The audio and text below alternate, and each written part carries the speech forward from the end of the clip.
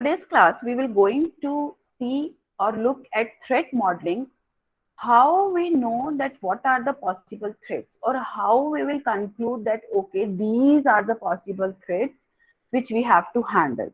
Okay, and it all comes under threat modeling. So let's get started.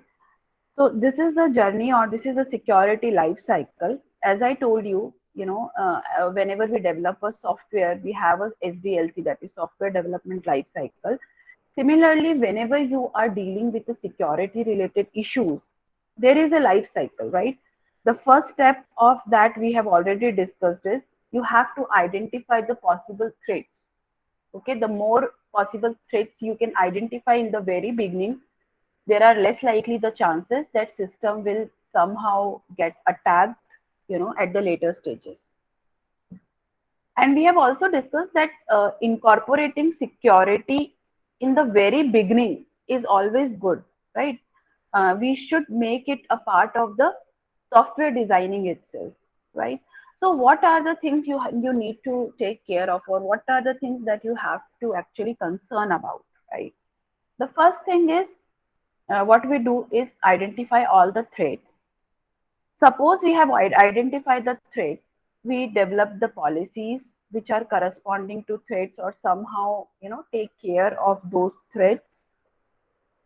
Then these policies will be converted into some specifications. There are some rules, regulations, some terms and conditions. So properly defined terms and conditions. Which of these terms are given to the end user? Which of the terms and condition given to the stakeholders, other stakeholders that are involved, right? So all these things is done. Then we will start our designing phase, and we have already seen that there are around 9 design principles that you have to take care of while designing the security related mechanism. Sorry. Then you have to implement it. Whatever is designed, we'll implement, and once it is implemented, the system is ready and it becomes in use. Somehow we have to maintain the system, maintain the operations, or monitor the mechanism that is incorporated. And then this will go again in a cyclic way, right? So somehow we come to this point, and after a time, after a while, you may realize that okay, there are now few more threats that could be possible. So again, you have to go to threats, and then you have to look at okay, these are the threats. Now what are the possible policies we are missing related to this threat, and so on. So kind of it is a cyclic process, right? It keeps on going and going, right? Now, so let me just quickly revise what we have. What do we mean by the terms that we will going to use in this particular threat modeling chapter? So the first thing we have discussed is assets. You all know that assets are something which is related with data, which is related with hardware, which is related with software, communication facilities, personal devices, systems, networking, etc. And threat, we have discussed that it is any potential occurrence of some malicious behavior in the system, and it may lead to some adverse effect to the assets that we want to control, or the goals that we want to achieve. Okay, so somehow it have a adverse effect on this particular things, right? Then we know that what is vulnerability. Vulnerability, we have discussed that it is some characteristics that make it possible the threat to occur. Okay, or actually it is something which convert the threat into an attack. And when we have discussed about attack, we see that attack is actually the, if something actually happens, right? If some vulnerability is actually exploited, then we say that the threat will actually practically happening, which is known as attack. By keeping this thing in mind, now let me ask you one question: how to determine the threat phase of the organization? Okay, so this is our first goal. Okay, to determine the threat phase, what are the possible threats that could happen in any organization, right? And for that matter, there are few documentations which are quite helpful in proceeding. in further proceedings. So for example, the very first thing you need to understand is what is the system you are dealing with. Okay, understand the requirement of your system properly, understand the assets that are involved in your system, understand the stakeholders and the characteristics of stakeholders, right? For example, if you're dealing with quite a naive users, you have to design your threat model in that manner. If you're dealing with, let's say, security experts or maybe attackers, or some big organizations that are very famous for um, firing these attacks successfully, etc., you have to be in that, you have to develop the threat model in that manner. Okay, so first of all, you have to understand your system quite properly. Then you have to understand what are the assets and resources you need to protect. Then you have to predict who are the potential attackers, right? So for example, if it is a banking app, then you have to be very careful. You have to think of a lots and lots of ways in which the attacker can attack a system. But suppose if you are writing a blog, okay, maybe you are not so much worried about any financial loss or something like that. So I mean, there is a difference, there is a difference. So you have to somehow predict who are the potential attackers that are against the assets that we want to protect. Okay, so that will actually also give you an idea about you know possible attacks or possible threats. Okay? So this is the third step. In the fourth step, what you need to do is you have to perform risk assessment. Okay, you have to determine what is the risk which is possible in this type of system. Now we will discuss, there are two types of risk assessment. One is quantitative risk assessment and one is qualitative risk assessment. Okay, we will see both of this in a quite a bit detail. Then once you are done with risk assessment, you have to manage that risk, right? You have assessed the risk, now you have to somehow manage the risk. And for that matter, we will actually employ some security mechanism, right? So yes, you have to employ security mechanism and determine whether they are cost effective or not. Okay, so as we have already discussed, it should not be the case that the cost of implementing the security is too high as compared to the loss that will occur if the attack will actually happen. Correlate it with a practical scenario or a real world scenario. You can think of, if you want to protect maybe a bungalow, you have to take all those things into consideration, that who are the possible attackers who can attack this bungalow. Okay, but generally you cannot go and put a security camera or very much concern about the uh, security of someone who is living in a simple hut or something like that. We cannot say that okay, each and every threat that exists in this world, we can consider it in each and every system. As per the system requirement, we have to model the threat accordingly. So how can we go through our system and systematically identify the threats of our system? Whatever I'm telling you till now is actually somehow quite a theoretical thing, right? I'm just explaining, okay, so you have to take all these things into consideration and things like that. So let's see actually what you have to look at, okay, or how you can identify that what are the threats that could be possible. So Microsoft proposed a model called stride model. Okay. Now, this stride model actually guide you that whenever you are modeling the threat, these are the few things that you have to take into consideration, or these are the few things around which you have to identify your threat. Okay.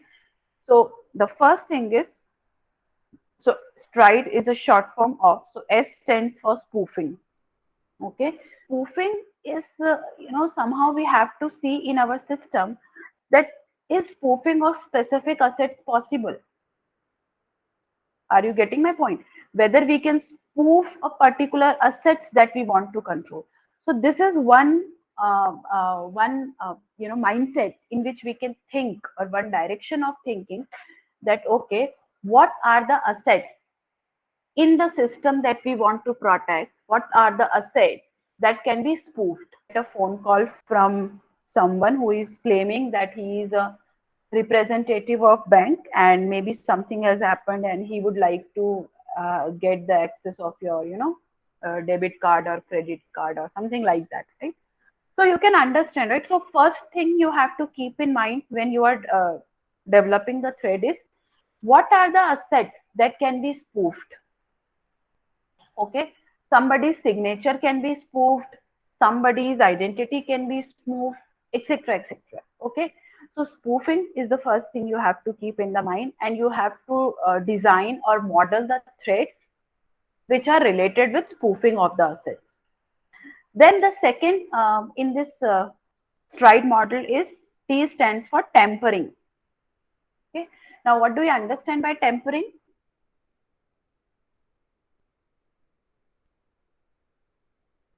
Changing or modification of data. Modification of data, very correct, right?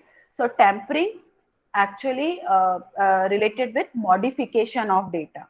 Okay, so you have to identify that what are the assets which can be tampered, what are the resources that can be tampered. For example, maybe the website of the bank can be tampered. There are some different interest rates which are given. Maybe the competitive bank can falsely give some wrong, rate of interest, something like that, right? So the website can be tampered. I mean, the some services may be tampered, okay, in order to maybe break the customers or somehow uh, deny the services, etc. Right? Some the repudiation. Repudiation meaning you are denying for the act. You did something and then you are repelling back that I have not did this thing. Okay, I am not the one who did this thing. So you have to take all the threats into consideration that are dealing with repudiation. Then information disclosure. I stands for information disclosure, right? So there could be any unauthorized access which can actually get the information which is related to a particular user, right? So you have to see the threats which are related with information disclosure kind of a thing, related with confidentiality, goal of the security. Then we have denial of service. D stands for denial of service. We have to see that what are the possible attacks that could occur, which can actually hamper or temper the actual services of the system. Maybe somebody would like to open an FD, okay, but he is not able to open the FD because of you know some attack that is happening or some denial of service kind of a thing, right? And then you have to look for elevation of privileges. So whatever we have learned till now, Microsoft actually define it into this stride model. Okay? So we have seen four classes of threats, if you remember. Okay, so if you closely look at this, all these things are actually lies or belongs to the four classes which we have discussed, right? Elevation of privilege is related with usurpation. Denial of service is also related with usurpation or uh, a deception or disruption of services. Information disclosure is related with confidentiality. Repudiation is related with deception. Tampering, spoofing related with you know deception or something like that, right? So all these actually lies into those four categories. So yes, you can maybe use stride model, and accordingly, using this framework, you can decide what are the possible threats that may occur against your system. Any question? Once we identify the possible threats, we need to rank these threats in order to know what is the most important threat or what is the most probable threat that could occur in our system. Okay, so because there are innumerously many threats, so you cannot take care of all the threats in the very beginning. Okay, some of the threats you may think that okay, maybe these are the some, I mean these are impractical or very low chances of this threat to occur in practical, right? So once you are done with the threat identification, you need to somehow rank these threats, right? And accordingly, we will proceed for action, right? So for that, again, there is a model called dread model, which is a ranking method. Okay, so it allows you to rank the threats that you have identified, right? Now, dread model, D stands for damage potential. How much damage this particular threat will do to our system? Okay, so there is a scale of 0 to 5, let's say. Okay, 0 means there is negligible damage or no damage at all, and 5 means there is a high damage that can occur. Okay, so what is the damage potential? What is the reproducibility? Okay, so reproducibility means, so suppose if this attack occur, if it happens, what are the chances to for the attacker to actually practically do this attack, okay, to reproduce this attack, right? So that is another point we have to take into consideration. What is the exploitation cost? Suppose if it is practical, the attack is possible, okay, what is the cost? So you have to again scale it from 0 to 5. If it happens, affect how it will going to affect the users, severe, or maybe lightly, users are lightly affected, maybe they will get a delay of let's say 5 minutes. Okay, but everything is so depending upon the how users are affected, we can scale it up. Then discoverability, if it occurs, what are the chances that it will get discoverable or it can be detected quickly? Okay, so based on these 5 factors, somehow you will rank or you will give points to each and every um, attributes of this method. Okay, then what you have to do is, so for example, if damage potential is 3, right? If reproducibility is 3, exploitation cost is 2. Okay, so it is not very costly, suppose, I mean, you know so exploitation cost, if it is high, okay, then we will give lower numbers, right? And if it is low, then we will give higher numbers. And I can somehow guess that you can you know guess it right, that why it is so. Okay, if the exploitation cost is more, then the chances of attack to happen is little less. If the exploitation cost is low, then a lots and lots of user can try the attack, right? Then affected user and discoverability. Now what you have to do, you just have to add this number up, and maybe this can be the scale. So depending upon the system, this is just a simple example. Okay, depending upon the system, you can say, okay, if the rating is between 5 to 7, then I will consider it as a low risk.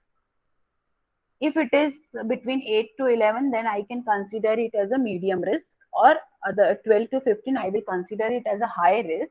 And definitely, maybe we can decide that, okay, first, let's target the high risk. Let's prevent the high risk from happen. Then go to medium and then go to low. Okay, so some sort of ranking can be done, which will actually help you or help the security analyst to proceed with the security designing. And so now once we understand what threats may exist to our system, okay, somehow we rank these threats.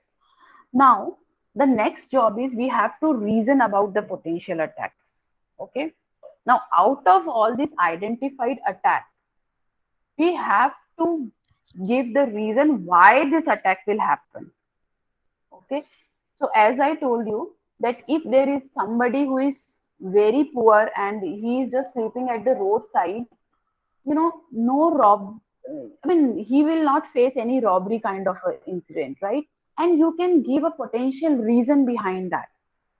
Okay, so every time whenever you are saying that this is a possible threat that may occur, you have to give a possible reasoning about why it will occur. Okay. And a very a formal and a good method to do so is you just have to come up with attack trees. Okay. So let me introduce you attack trees, and then I mean we'll come back to this point again. What are attack trees? Attack trees are actually a formal or methodological way to describe the security of the system. Okay, based on the varying attack. Okay, so for example, somebody says that okay, a person can get a spoofed page. Okay, a spoof page of uh, uh, the uh, login page is spoofed, where the user will actually enter the credentials. Okay, so now this is a possible attack which can be done. In attack trees, it actually provides you a formal and methodological way to describe that how this will happen. You have to give the reason why this will happen, what is the possibility of this to happen, and how you can say this, right? So these are attack trees. So we discuss attack against a system in a tree structure where the goal becomes the root node of the tree. Okay, so our goal is say attack or spoof the website. This is the goal. Okay, now how an attacker can achieve this goal? That will become the leaf nodes. Okay, so maybe there are many ways to do so.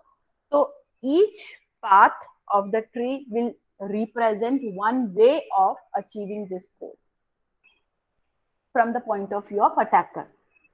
Okay, so these are attack trees. So let me give you a simple example.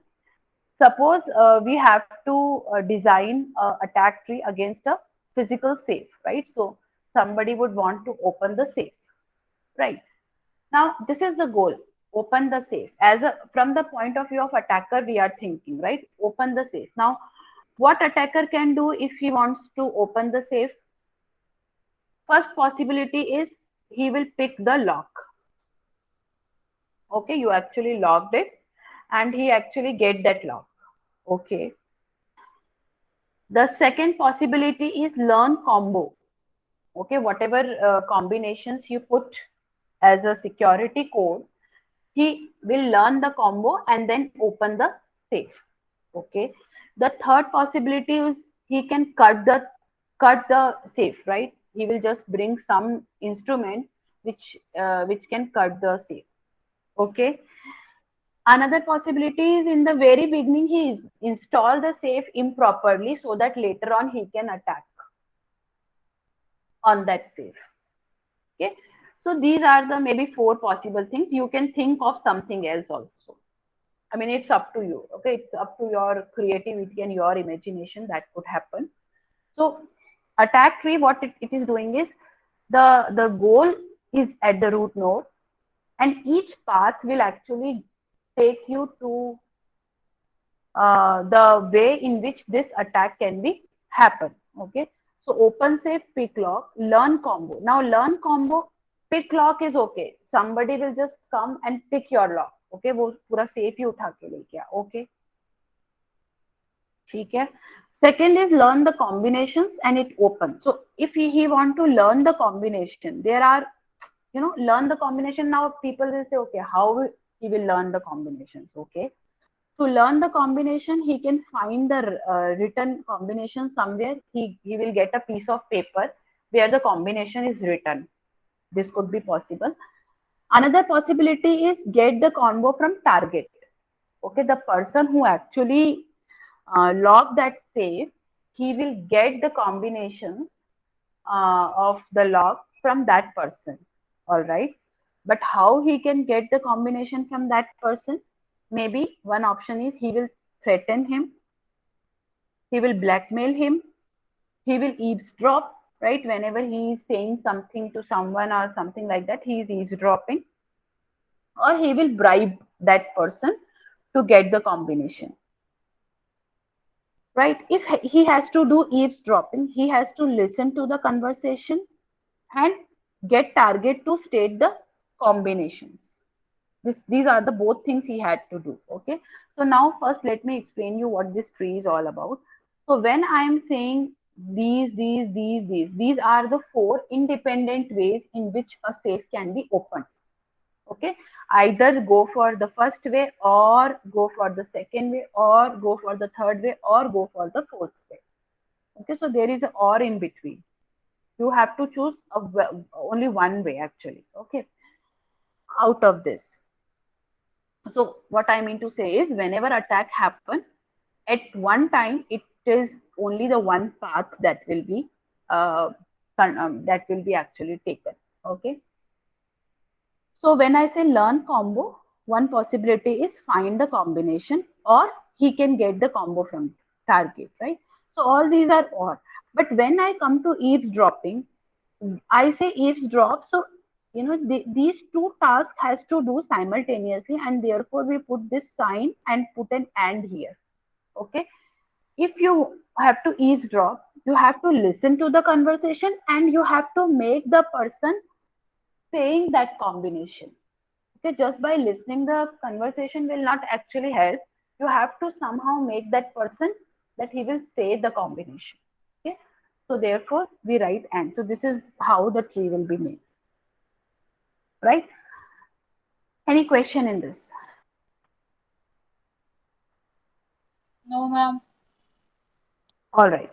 Now, along with these things, what you can do is, so once you are ready with the attack tree, you can put some additional information. For example, here in this tree, P and I is written. P means possible. This is a possible way of doing it, and this is the impossible way of doing it. Suppose, okay, as per the system, maybe picking the lock or picking the entire safe is not possible.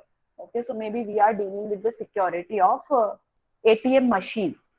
So somebody come and pick the entire ATM machine. No, no, this is not possible. Okay, so we will just put I on that. Okay. Learn the combo. Yes, this is possible, but let's see. Cut the safe.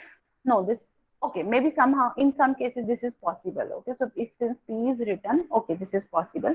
Install it improperly. No, this is not possible because only authenticated person can do it, and something like that, right? So maybe this is impossible. I am talking about a specific system. This may vary from system to system. Okay, you have to keep that in mind. So you have to work according to your system in with which you are dealing, right? Now learn the combo. Maybe this is not possible that you can find a piece of paper where the combination is written. So I will put I here. Okay. So the last option is get it from combo. Okay. So get the combination from the target. Okay. I cannot threaten him. This is impossible. I cannot blackmail him. Impossible. I can maybe eavesdrop. Okay. And maybe bribe the person. Okay. Now in eavesdropping, I can listen to conversation, but maybe getting the target to say the combination is not possible for me.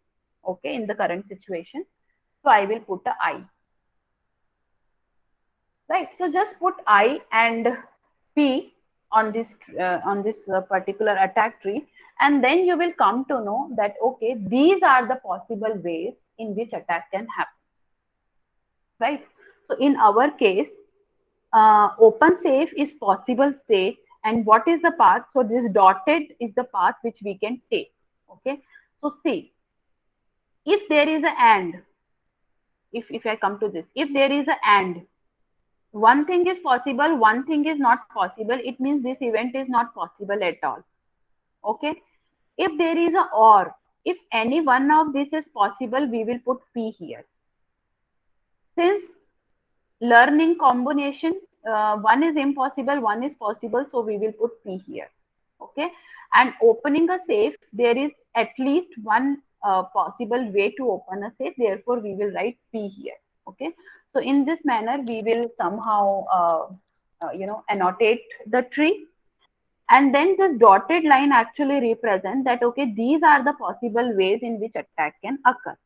Somebody can open the safe by learning the combo.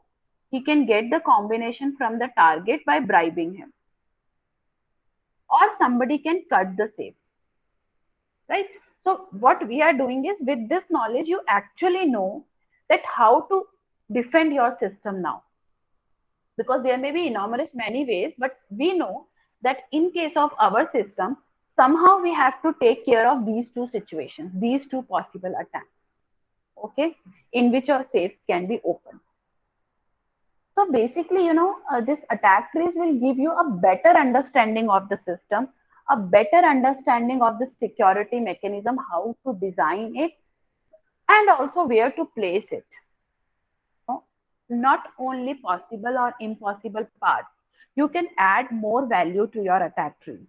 You know, you can give any boolean value, you can assign any boolean value to root nodes, and it will give you actually a better understanding of the system. Right?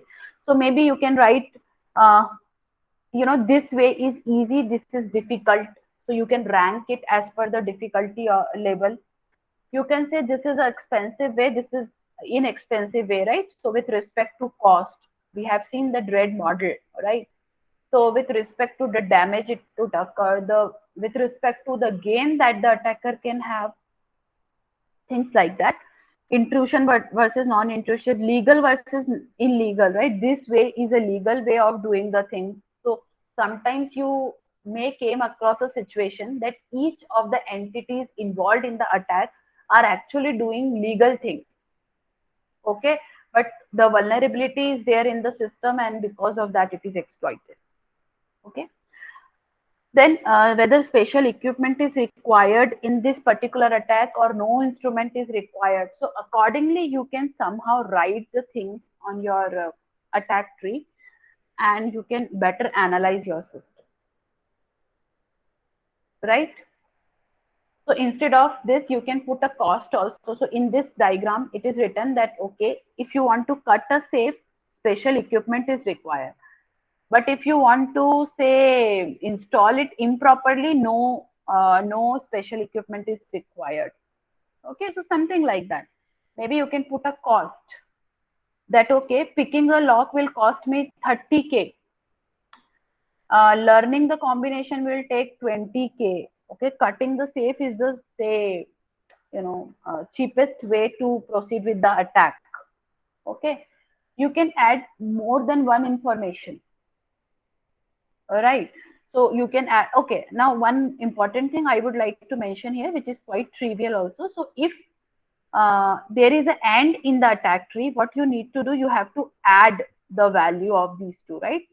So you have to listen to a conversation. It will cost you 20K, and you have to get the target to state that combination. You have to take 40K. So the cost of eavesdropping will become 60. Okay, but when there is a or, you have to pick the way which is of least cost. Okay, so get combination from the target. So one option is taking 60K, 100K, 60K, 20K. So it will become 20K because this is the cheapest way of doing the things. Okay, so or and you have to take into consideration each and every time, right? Whenever you are dealing with this attack trace. So you can have more than one option. For example, okay, so this is a way where no special equipment is required, and it will cost me 20K. Okay, so I could take this way. If I am having access of special equipment and I can pay, if I am having access of special equipment, I can pay a little less, let's say $10K, and I can go with this path. Okay, so all these things you have to take into consideration depending upon the situation. Okay, so this shows cheapest attack with no special equipment. So if no special equipment is required, then you have to pay 20K. This is the cheapest you can get. Okay, so accordingly you will design your security mechanism. Trees nodes will have many different values corresponding to many different variables that are involved in the attack. Okay, and different nodes can be combined to learn more about the system vulnerabilities. Okay, maybe we can find what is the cheapest low risk attack. We can find most likely non-intrusive attack, best low skill attack. Okay, so skill can also be mentioned, like for example, cutting the safe may require no technical skill, but maybe doing something else will require some technical skill, something like that, right? Cheapest attack with highest probability of success. Now, probability of success can also be one variable which we can put on attack trees, right? Most likely legal attack, so on. Okay? So the more you put variables on your attack trees, the more you will learn about the system, okay, or the possible threats. Now, every time you query the attack tree about a certain characteristics of attack, you learn more about the system security. So, in that sense, attack trees provide a formal method for analyzing the security of the system and the involved subsystems, right? They provide a way to think about security, to capture and reuse your expertise about security, because it may be happen that you develop the attack tree for one particular goal, but this knowledge will actually help in solving other goals also, right? So therefore, it has been said that security is not a product, it is a process. Okay, it should be a part of the process. It is not a product that, okay, you have the product. Now I will give you one CD, you just attach or install this particular software into your um, developed software and you are secure. It's not like that. It is a process which is actually combined with the designing phase. It is an integral part of the software designing phase. Okay, information security risk. So if you remember, um, the steps we are done with, somehow potentially reason about the threats. Okay, now we have to do security risk assessment, and then we will go to risk management part, then we will actually implement the security mechanism. So now we have to do risk assessment. Now, whenever we have an asset, there will be a risk. There is a chance that definitely some negative, or adversary effect will happen, which will cause some sort of loss to that asset. So whenever there is any event occur, and that specifically event or adverse event happen, you know, the assets which are associated with that event actually at the loss. Okay. So before we mitigate it or before we manage it, first we have to assess. Okay, and this is called risk analysis or risk assessment. So in this, what we have to do, we have to identify what are the associated assets that are at the risk. We have to put some sort of, numerical, numbers on that loss. Okay, so if it is in numbers, it will be better. Otherwise, we can say low, medium, high sort of a thing. Okay, so we have to somehow measure on some basis. We have to measure the potential loss, and then we have to assign a probability of negative event that will occur. Okay, so for example, if somebody is walking alongside the road, we have to uh, identify or put some measure that if accident occur, this could be the possible thing. Maybe he got some, he was badly injured, or he can be died, or something like that. So these are the possible things, and then you have to connect it with the probability of accident to occur. Okay, so this, both of the things, the combination of these two things, what is the probability that this event will occur, and if it occur, what are the associated losses, combinedly will give you a risk assessment. Okay, and after that we will take the next step of risk management, which is a process of how to control these risks. Okay, and definitely if when you do risk assessment, the assets that are at higher risk, you have to manage them accordingly. Okay, all right. So let's see risk assessment and management. So risk assessment can be done in two major ways. One is quantitative and other is qualitative. Okay? I mean, you can understand or easily guess by the name. In quantitative, we will have some numbers. Okay, that okay, if this will happen, the company will be in loss of $1 million, for example, right? In qualitative, we don't have this specific numbers, but yes, we have somehow low risk, medium risk, high risk, something like that. Okay, on the scale of something you can rate the risk. Okay, this is qualitative. Now, each of these ways have their own advantages and disadvantages, and based on the situation, based on the scenario, we can use it, right? So let's talk about a quantitative approach. So in quantitative approach, the risk assessment, the quantitative approach of risk assessment, what we will do, we compute the expected monetary values. Generally, it is related with monetary loss, right? Because in monetary loss, we have exact numbers. Okay. So it is expected to be calculated in monetary values that we expect to lose for that event if it occurs. Okay. So how to calculate them? As I told you, there are two things involved. What is the probability of attack to occur, and then what is the cost of the loss? Okay. So P is a function that determines probability of the attack to occur, and C is the function that determines consequences. Okay, or the cost which is involved in the attack. Okay, so we have to identify all the assets, and we have to take the sum of loss beared by each and every assets that are involved in this particular attack. Okay, and the product of these two will give us the risk factor. Okay, so we can actually get the exact numerical risk that we can use when we move on risk management process. If you remember the case study, short case study that we have discussed earlier, we know that if one credit card fraud will occur, okay, the company, maybe some $20,000 is the cost that the company has to bear, something like that. Okay, so if you have exact numerical numbers, it will be very easy for the organization to take proper actions or risk management process accordingly. Okay, in case of qualitative, you know uh,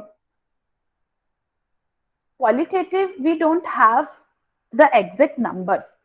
Instead of that, we have some categories like low, medium, or high, okay, or some range of numbers in which this low belongs to, and some range of numbers in which medium and high belongs to. Okay, and these scale is used to calculate the risk. Okay, so for example, an event that has a high impact but a low probability can be considered as medium risk. Okay, the impact is quite high, but there is very low probability that it could occur. So the probability and the impact. Okay, so in the previous case, we have probability along with the cost which are involved with the attack. In qualitative, we have the impact factor. Okay, so for example, there is a very nice example I found. So the Department of Defense, whenever we deal with Department of Defense, they usually label their data with confidential data, secret data, top secret data. So if you see that, okay, everything is seems to be somehow you have to protect or things like that. That why there is confidential, something is secret, something is top secret. So, they actually design guidelines. So in qualitative approach, we have some guidelines, and based on those guidelines, we can categorize the impact of the risk, or we label the objects or label the assets that are involved, right? So for example, confidentiality shall be applied to information, the unauthorized disclosure of which reasonably could be expected to cause damage to national security. So there is one word called reasonable. The impact is reasonable. Okay. So we keep it in a confidential category. If the unauthorized disclosure of which reasonably could be expected to cause serious damage to the national security, we keep it into secret category. And if the unauthorized disclosure can cause exceptionally grave damage, then we will keep it into top secret category. Okay, things like that, right? So confidential, secret, top secret. So here somehow qualitative analysis is done. and based on that labels will be assigned, right? So yes, so this is one example of qualitative. Now each and every technique is having their own pros and cons. So if we talk about quantitative approach, pros could be, we have the exact dollar amount, or exact number that makes it easier, to guess that, okay, how to go with the risk management process or strategies. The problem with this is it cannot be applied everywhere, right? So if we are having a zero knowledge scenario, I mean, we are not at all aware of what are the assets that can be hampered or what will happen because of this loss. We don't know about the quantity, right? So we don't have exact numbers there. Whereas in case of qualitative, it is quite applicable in the scenarios which is quite subjective. Okay, so for example, privacy is leaked. I mean, I don't know, depending upon the person, what this person considered that if the uh, picture of that person leaked, what will he consider? He consider low risk, high risk, you know. So some says, okay, I can lose my money up to this point. I mean, it will not affect me that much. But if I lose, say, this much money, it will affect. So whenever subjectivity come into the scenario, qualitative approach is quite useful. The problem is, uh, only one problem is there. We somehow easily fall victim to the biases of people providing their opinions. Okay.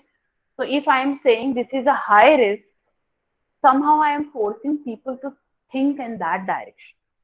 Okay. So some sort of biasing is there. Somebody can think that this is a high risk thing, but somebody can think, no, this is a low risk thing. So when we design the security approaches, security mechanism, it is quite difficult to consider the thing into which category. Okay. So quantitative risk management methodology is best suited for a detailed look at comparing like things across the organization. Okay. So if I am, I mean, if the threat occur in my company, maybe I will lose $500,000. But if what they are claiming is they will lose $1 million, something like that. Okay.